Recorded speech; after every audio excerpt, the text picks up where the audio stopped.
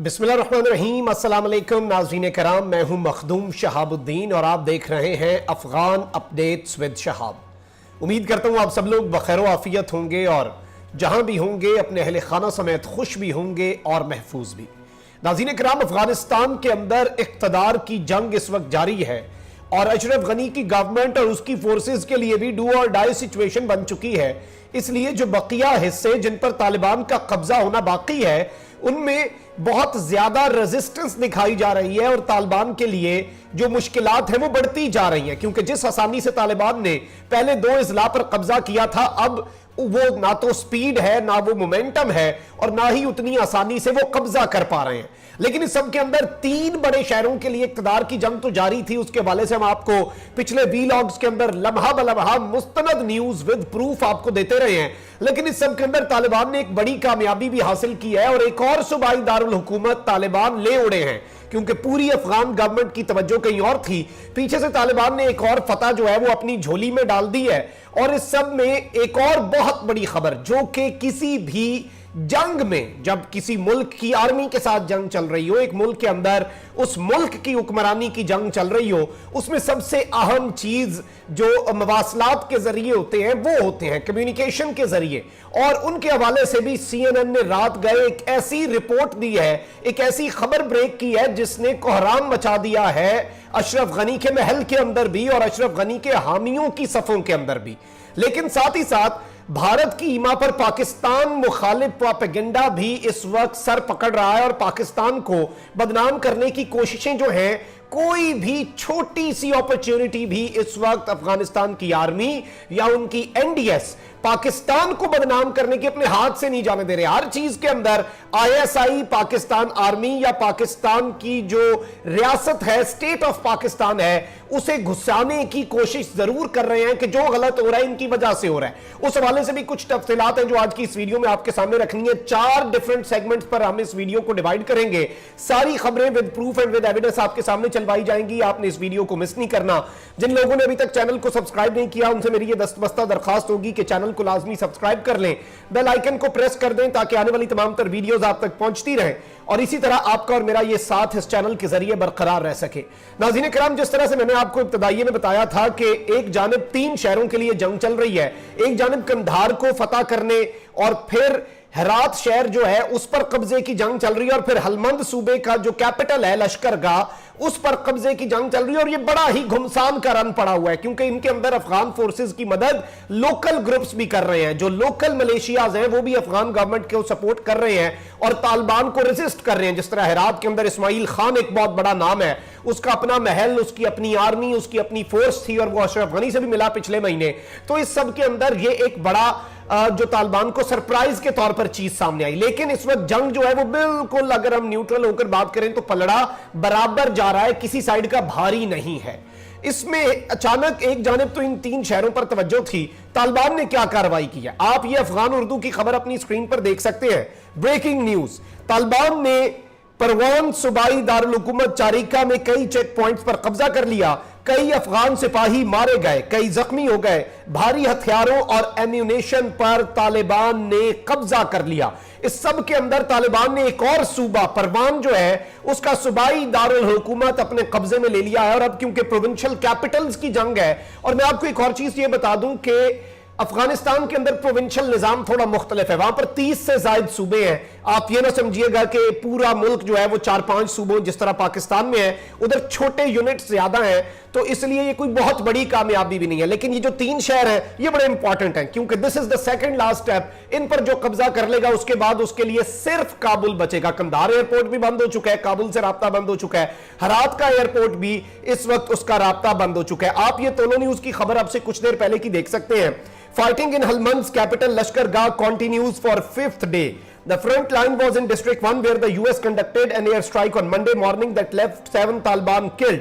सबसे इंपॉर्टेंट इस हलमंद सूबे का लश्करगाह का डिस्ट्रिक्ट 1 चल रहा है एरिया, जिसके अंदर अमेरिका ने एयर स्ट्राइक करके 7 तालिबान जो है उन्हें मारने का दावा भी किया है। लेकिन यहां पर बहुत ज्यादा इशू चल रहा है। आप ये खबर देख सकते हैं अपने सामने, एक और जिसमें बड़ी ही एक इंपॉर्टेंट पेशरफ्त हुई है जो तालिबान का पलड़ा भारी करती है। एक जानिब उन पर एयर स्ट्राइक होती है तो दूसरी जानिब लोकल मलेशिया ग्रुप, लोकल जो जिहादी ग्रुप अपने आप को कहते हैं, जो तालिबान के खिलाफ लड़ रहे हैं in the support of Ashraf Ghani government. और ये ग्रुप्स वो हैं जिन्हें मिनिस्ट्री ऑफ इंटीरियर और मिनिस्ट्री ऑफ डिफेंस, वजारत दाखिला और वजारत दिफा जो है उनके एक सर्कुलर के मुताबिक रजिस्टर किया जा रहा है, उन्हें सपोर्ट प्रोवाइड किया जा रहा है, असला दिया जा रहा है। इस ग्रुप ने क्या किया है आप ये खबर अपनी स्क्रीन पर देख सकते हैं। हलमंद के दारुल हुकूमत लश्करगाह में कमांडर नेमतुल्लाह ने अपने साथियों समेत तालिबान के सामने सरेंडर कर दिया।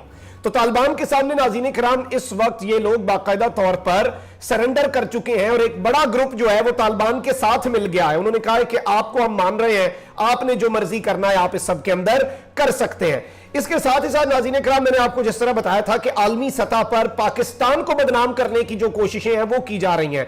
इससे पहले एक वीडियो सामने आई, दुनिया में छोटे छोटे कंट्रोल्ड प्रोटेस्ट हो रहे हैं अफगानिस्तान के अंदर अफगान गवर्नमेंट के सपोर्ट में और तालिबान के खिलाफ। हमें उन पर कोई एतराज नहीं है, लेकिन जब उन प्रोटेस्ट के अंदर पाकिस्तान मुखालिफ बात की जाती है और इस तरह की अजीबो गरीब बात, आपको पाकिस्तान से भी इख्तलाफ होगा मान लिया, लेकिन जब वहां पर लोग खड़े होकर ये नारे लगाते हैं कि पाकिस्तानियों को मौत देनी है, तो ये चीज तो पूरी दुनिया में कहीं पर नहीं होती। ये तो इंतहा पसंदी है। आप किसी भी मुल्क के लोगों से इस तरह से नफरत का इजहार नहीं कर सकते कि आप कहें कि उस मुल्क के सारे लोगों को मार देना है। लेकिन इस तरह से बहुत सी जगहों पर बहुत सी चीजें हो रही हैं और दुनिया भर में जो प्रोटेस्ट हैं उनकी तस्वीर भी वायरल हो रही हैं और दुनिया की गवर्नमेंट्स भी, जारी बात है, अशरफ गनी की हुकूमत जो है, उसकी एडमिनिस्ट्रेशन जो है, उसके सपोर्ट में मुख्तलिफ डेमोन्स्ट्रेशंस कर रही हैं। आप ये ब्रिस्बेन में ऑस्ट्रेलवी पार्लियामेंट की इमारत और म्यूनिसिपल टावर जो है उसकी तस्वीर इस वक्त अपनी स्क्रीन पर देख सकते हैं। ये उनकी पार्लियामेंट है और उनका ये जो म्यूनिसिपल टावर है वहां पर इन्होंने अफगानिस्तान के झंडों के रंग में रंगा। इसके अलावा एक और तस्वीर मैं आपके सामने चलवा देता हूं, आप ये देख सकते हैं। ये प्रोटेस्ट हो रहा है और इस प्रोटेस्ट के अंदर भी तालिबान मुखालिफ नारे तो लगाए जा रहे हैं। बतौर पाकिस्तानी हमें उस पर कोई एतराज नहीं है, आपका अपना मामला है, आप जो मर्जी करें, आपको हक है। लेकिन एक ऐसे मुल्क को जिसका इस सब के अंदर सिर्फ ये किरदार है कि वो आपकी मदद नहीं कर रहा क्योंकि वो न्यूट्रल रहना चाहता है, वो अपने मुल्क में जंग मुसल्लत नहीं करना चाहता, उसके ऊपर इल्जाम नहीं लगाना चाहिए। अच्छा नाज़रीन इकराम, कल मैंने आपको एक और खबर दी थी, उसमें मैंने आपको बताया था कि 4 अफगान जो इन्होंने सहाफी जो है एनडीएस ने गिरफ्तार किए थे, उन पर यह इल्जाम था कि वो तालिबान से राब्ते में है। अब इन्होंने उस चीज को थोड़ा रिन्यू किया है, उस चीज के अंदर थोड़ी एडिशन की है और इसे रिपोर्ट भी और कोई नहीं कर रहा। ईयू डिसइंफो लैब का जो सबसे बड़ा सहरा जिस इंडियन न्यूज एजेंसी को गया था, एएनआई को, उसकी ये खबर आप देख सकते हैं।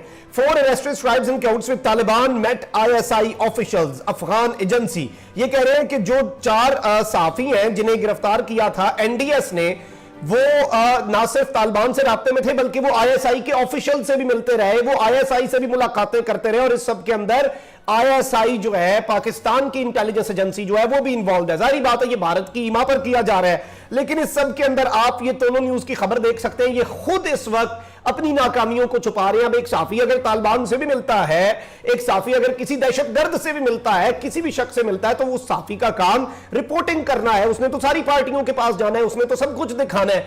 तो इसमें आप दोनों न्यूज की ये खबर देख सकते हैं, government seeking to suffocate press freedom journalists. ये गवर्नमेंट जो है वो गला घोंट रही है, उनकी सांस नहीं आ रही सहाफियों की और सहाफत की जो आजादी है उस पर कदगन लगाई जा रही है। This comes a day after the European Union called on Afghan government to recognise the media as its strategic partner. EU ने भी अफगान गवर्नमेंट को कहा है कि थोड़ा हाथ होला रखो और सहाफत को अपना एक पार्टनर समझो, वो आपका फायदा है उसमें, आपका नुकसान जो है वो इसमें नहीं है। तो नाज़रीन किराम, ये चीज जो है इसमें पाकिस्तान के ऊपर इल्जाम लगाना, ये खुद ही they are in hot waters for doing this act और जर्नलिस्ट को गिरफ्तार करना, हम तो खुद उसकी मजम्मत करते हैं बतौर साफी।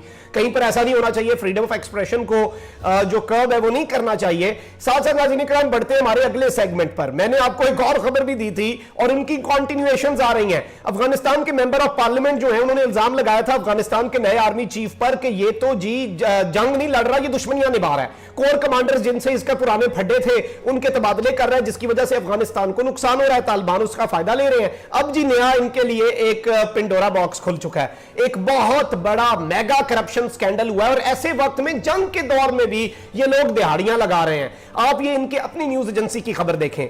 Afghan army fuel sold in जबल in major embezzlement case. Case, एक बहुत बड़ा एम्बेजलमेंट का केस है, खुर्द-बुर्द का केस है। उसमें अफगान आर्मी का तेल जो है, जो इन्हें मिलता है अपनी गाड़ियां चलाने के लिए, वो भी बेच दिया गया है और बड़े पैमाने पर बेचा गया। ये थोड़ा बहुत ड्रमों के ड्रम नहीं है, ये बहुत बड़े टैंकर्स के लेवल पर इन्होंने अपना तेल भी बेचना शुरू कर दिया है। The fuel was stored in a reserve area that belong to a private contractor that sold aviation fuel to the army. जो एविएशन फ्यूल जो है वो आर्मी को बेचा करता था, वो आगे बेचा जा रहा है, और ये इस वक्त ऑन ग्राउंड सिचुएशन है। लेकिन नाज़रीन इकराम, इस सब के अंदर जो सबसे बड़ी और सबसे तहलका खेज खबर है वो CNN ने रिपोर्ट की है, अमेरिकी न्यूज एजेंसी है। आप ये खबर देख सकते हैं, रात गए ये कार्रवाई हो गई है। Taliban take over TV station in strategic city as US air strikes pound key positions in Afghanistan. Taliban के ऊपर जैसे जैसे अमेरिका की एयर स्ट्राइक्स तो हो रही हैं, लेकिन तालिबान ने एक अहम तरीन शहर के अंदर एक टीवी स्टेशन पर कब्जा कर लिया है। हलमंद सूबे के अंदर यह बताया गया है कि टीवी और रेडियो स्टेशन बाकायदा तौर पर तालिबान के कंट्रोल में आ गया है, और इसका जो दावा है वो CNN कर रहा है। और ये वही हलमंद शहर का कैपिटल है, लश्करगाह जिसके अंदर ये हुआ है, is operated by state run radio and television Afghanistan.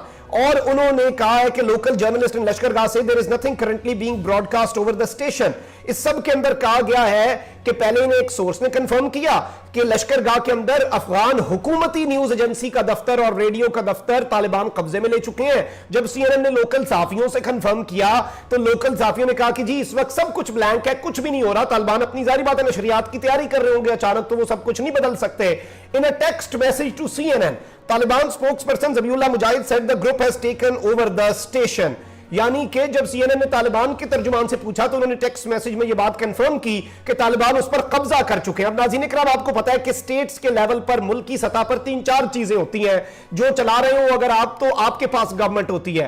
एक आपका कस्टम और टैक्स का सिस्टम होता है, एक आपका बॉर्डर का सिस्टम होता है कि कोई मुल्क से बाहर जा रहा है तो FIA पाकिस्तान में स्टैंप लगाती है, गवर्नमेंट ऑफ पाकिस्तान की स्टैंप लगती है, पासपोर्ट देना, वीजा देना, और उसके साथ ही साथ बॉर्डर को कंट्रोल करना। और फिर एक चीज ये भी बचती है कि स्टेट का अपना टीवी स्टेशन और रेडियो होता है। तालिबान कस्टम्स ले चुके हैं, $34 मिलियन का नुकसान एक महीने में हुआ है इनकी अपनी मिनिस्ट्री ऑफ फाइनेंस के मुताबिक, क्योंकि बॉर्डर के ऊपर जब ट्रक जाता है उससे अब टैक्स तालिबान वसूल कर रहे हैं। उसके साथ साथ तालिबान बॉर्डर के चेक पोस्टों पर अपने झंडे लगा चुके हैं। तीसरी इंपॉर्टेंट चीज कि वो स्टैंपें लगा रहे हैं, उन पर अफगानिस्तान नहीं अब लिखा हुआ, जो भी पासपोर्ट के साथ अब इधर बॉर्डर एरिया से एंटर हो रहा है उस पर इस्लामी अमारात लिखा हुआ है, इनका अपना नाम लिखा हुआ है। और ये अपने ऑन अराइवल वीजाज भी इशू कर रहे हैं, अपनी स्टैंपें लगा रहे हैं। और अब इन्होंने ये भी कर दिया है, तो ये एक मेजर ब्लो है मैं समझता हूं अशरफ गनी की गवर्नमेंट को। और इस पर इसीलिए तो ये शहर इतने इंपॉर्टेंट थे, और बहुत जल्द ये उम्मीद जाहिर की जा रही है कि सिचुएशन जो है वो किसी भी वक्त बदल सकती है किसी के भी हक में। तो अब देखना यह है कि ये ऊंट किस करवट बैठता है। इंशाल्लाह आपको अपडेट रखेंगे। आपने कमेंट सेक्शन में अपनी कीमती राय का इजहार जरूर करना है। अपना बहुत ज्यादा ख्याल रखिएगा, अपने इर्द गिर्द लोगों का भी, इस मुल्क पाकिस्तान का भी। अल्लाह ताला पाकिस्तान को सलामत रखे, अल्लाह ताला पाकिस्तान को ता क़यामत रखे। अल्लाह निगहबान, पाकिस्तान जिंदाबाद।